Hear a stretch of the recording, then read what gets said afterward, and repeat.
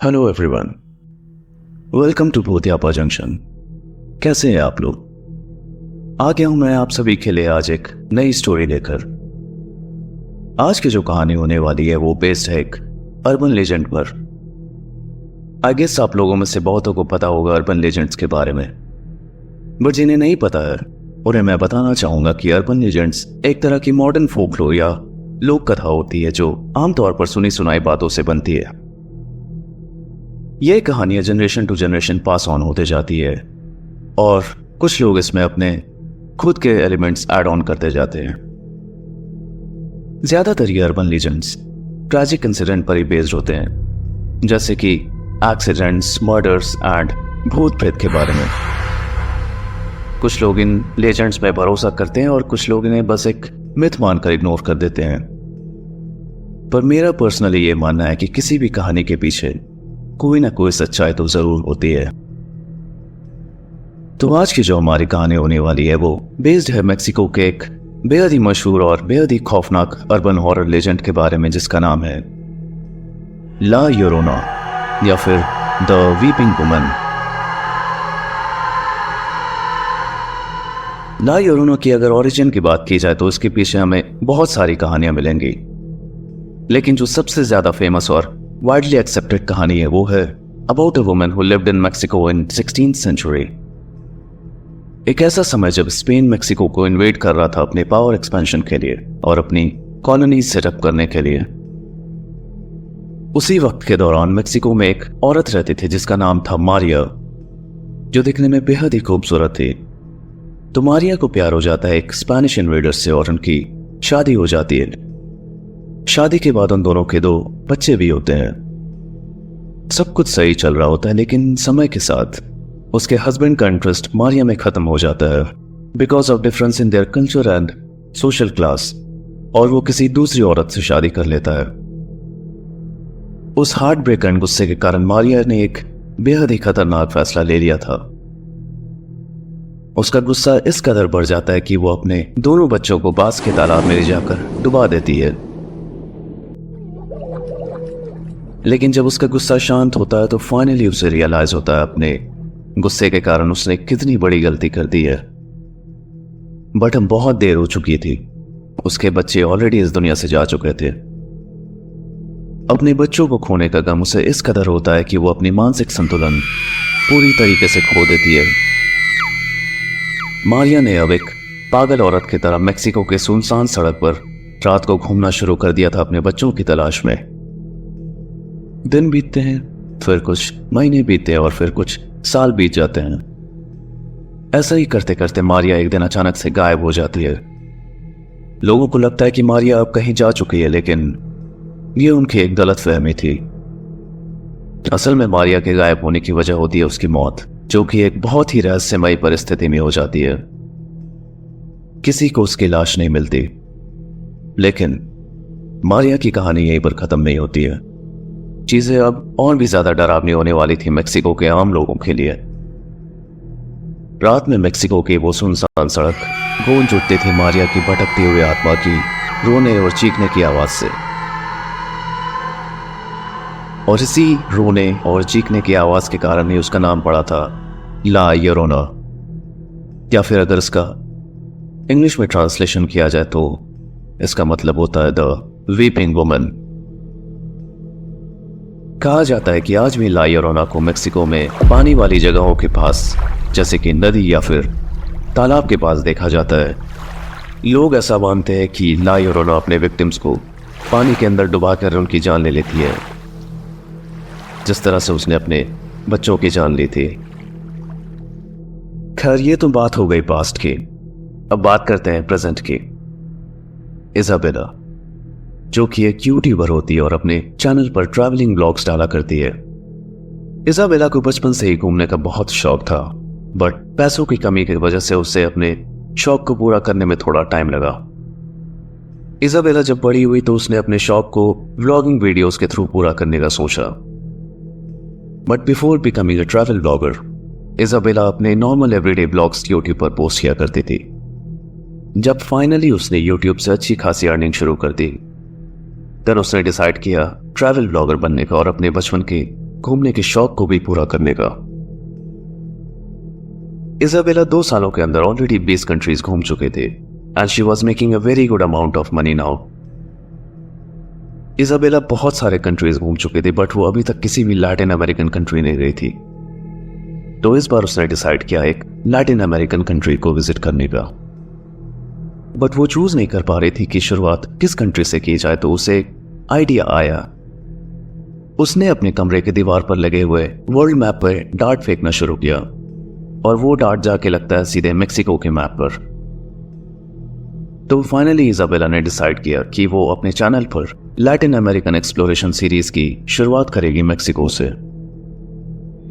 Finally वो 2 दिन बाद लैंड करती है मेक्सिको के एक शहर में जिसका नाम था मेक्सिको सिटी।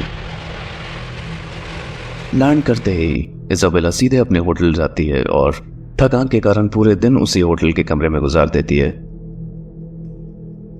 अगले दिन से इजाबेला अपने सफर की शुरुआत करती है मेक्सिको सिटी में। वो शहर के हर फेमस जगहों को विजिट करती है और साथ ही साथ अपने चैनल के लिए व्लॉगिंग भी कर रही होती है। उसे उस शहर को एक्सप्लोर करते करते 2 दिन बीत चुके थे। तो एक दिन जब इजाबेला एक लोकल कैफे में बैठकर अपने चैनल की वीडियोस एडिट कर रही थी, तभी उसकी नज़र अपने टेबल पर रखी एक मैगजीन पर पड़ी। एक टूरिस्ट स्पॉट होने के कारण उस मैगजीन में आर्टिकल्स मेक्सिकन के साथ साथ इंग्लिश में भी थी। मैगजीन का पेज पलटते पलटते उसकी नज़र एक आर्टिकल पे पड़ी जो कि थी ला योरोना के बारे में। पढ़ते पढ़ते उसके दिमाग में कुछ आइडियाज आने लगे कि क्यों ना कुछ ऐसी लोकल जगहों को एक्सप्लोर किया जाए जो कि मेक्सिको में हॉन्टेड मानी जाती है। उसने सोचा कि ये उसके चैनल के ग्रोथ के लिए एक अच्छा आइडिया है। By doing this she can attract more audience for her channel. So उसने ला योरोना के बारे में और पढ़ना शुरू किया, उस मैगजीन से भी और कुछ इंटरनेट के थ्रू भी। तो इजाबेला आमतौर पर अपनी ट्रैवलिंग और व्लॉगिंग दिन के समय किया करती थी, बट उसने डिसाइड किया कि ऐसी हॉन्टेड जगहों को एक्सप्लोर करने के लिए रात का टाइम काफी सही रहेगा। अब तक इजाबेला को मेक्सिको में आए हुए 1 वीक हो चुके थे। इस बीच उसकी दोस्ती एक मेक्सिकन लड़की से हो गई थी जिसका नाम था येसेनिया। तो उसने इस आइडिया के बारे में येसेनिया को बताया, बट येसेनिया ने उसे इस चीज से साफ मना कर दिया। उसने इजाबेला को बहुत बार समझाने की कोशिश भी की। उसने बताया कि La Llorona is not something you play और जोक विथ। एक लोकल होने के नाते येसेनिया को पता था ला योरोना के आतंक के बारे में, लेकिन इजाबेला ने उसकी बात नहीं मानी और शाम होते ही वो निकल पड़ी ला योरोना की तलाश में। उसे पूरा भरोसा था कि ला योरोना कुछ नहीं बल्कि एक मिथ है, एक मनगढ़ंत कहानी है। निकलने के 1 घंटे बाद उसने येसेनिया को कॉल करके बता दिया कि शाम का डिनर वो नहीं कर पाएगी क्योंकि उसे लेट हो जाएगा। एक्चुअली इजाबेला का होटल येसेनिया के घर के पास ही था, इसी वजह से उन दोनों की दोस्ती हो गई थी और पिछले 3 दिनों से इजाबेला येसेनिया के घर में डिनर किया करती थी। कॉल के बाद येसेनिया समझ चुके थे कि इजाबेला ने उसकी बात नहीं मानी। खैर, इजाबेला को ब्लॉगिंग करते हुए 3-4 घंटे हो चुके थे और वो मेक्सिको सिटी के नाइट लाइफ को अपने ऑडियंस के लिए रिकॉर्ड कर रही थी। लेकिन उसे इंतजार था आधी रात का, ताकि वो ला योरोना की सच्चाई का पता लगा सके। ब्लॉगिंग करते करते अब फाइनली देर रात हो चुकी थी, सड़कें ऑलमोस्ट खाली हो चुकी थी, लेकिन इजाबेला की ब्लॉगिंग कंटिन्यूअसली चले जा रही थी। रात के ऑलमोस्ट 2:30 बज चुके थे और इस बीच येसेनिया उसे बार बार कॉल किए जा रही थी, बट इजाबेला का फोन डिस्चार्ज होने के कारण स्विच ऑफ हो चुका था। चलते चलते इजाबेला एक छोटी सी तालाब के पास आ जाती है। वो इतनी थक चुकी थी कि उसके पास और चलने की ताकत ही नहीं बची थी। तो उसने सोचा कि क्यों ना थोड़ी देर तालाब के किनारे बैठकर अपनी वीडियोस ही एडिट कर ली जाए। और यही उसकी सबसे बड़ी गलती थी। उसने ला योरोना के बारे में सब कुछ पढ़ लिया था, लेकिन ये नहीं पढ़ा था कि वो अपने विक्टिम्स को कहां और किस तरीके से मारती है। एक टूरिस्ट स्पॉट होने के कारण रात होने के बावजूद भी उस सड़क और तालाब के किनारे काफी लाइट्स थी। उसने सोचा कि क्यों ना थोड़ी देर इंस्टा पे लाइव आके अपने अपकमिंग वीडियो के बारे में अपने ऑडियंस को इन्फॉर्म कर दो। लेकिन उसने जब चेक किया तो उसका फोन ऑफ था।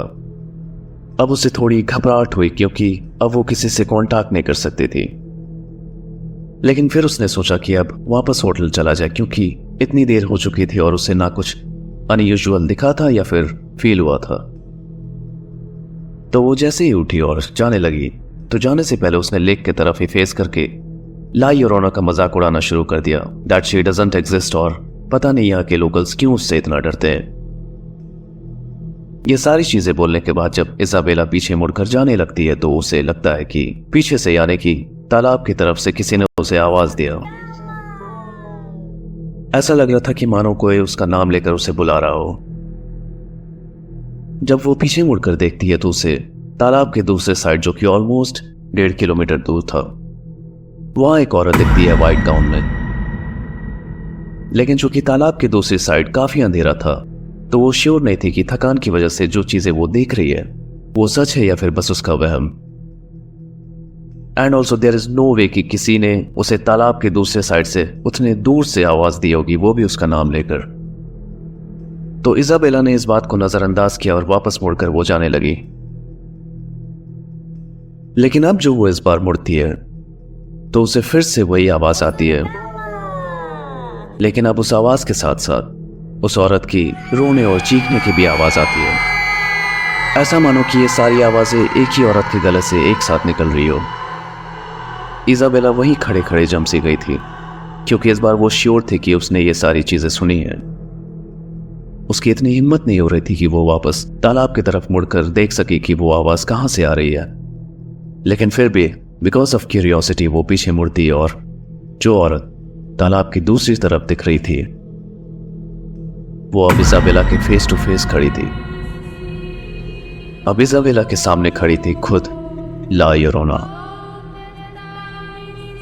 इजाबेला ने जिस बात को मजाक में लिया था वही मजाक अब उसके सामने एक भयानक मंजर बन के खड़ा था। इजाबेला की जोर से चीख निकलती है, लेकिन वहां उसकी चीख सुनने वाला कोई नहीं था।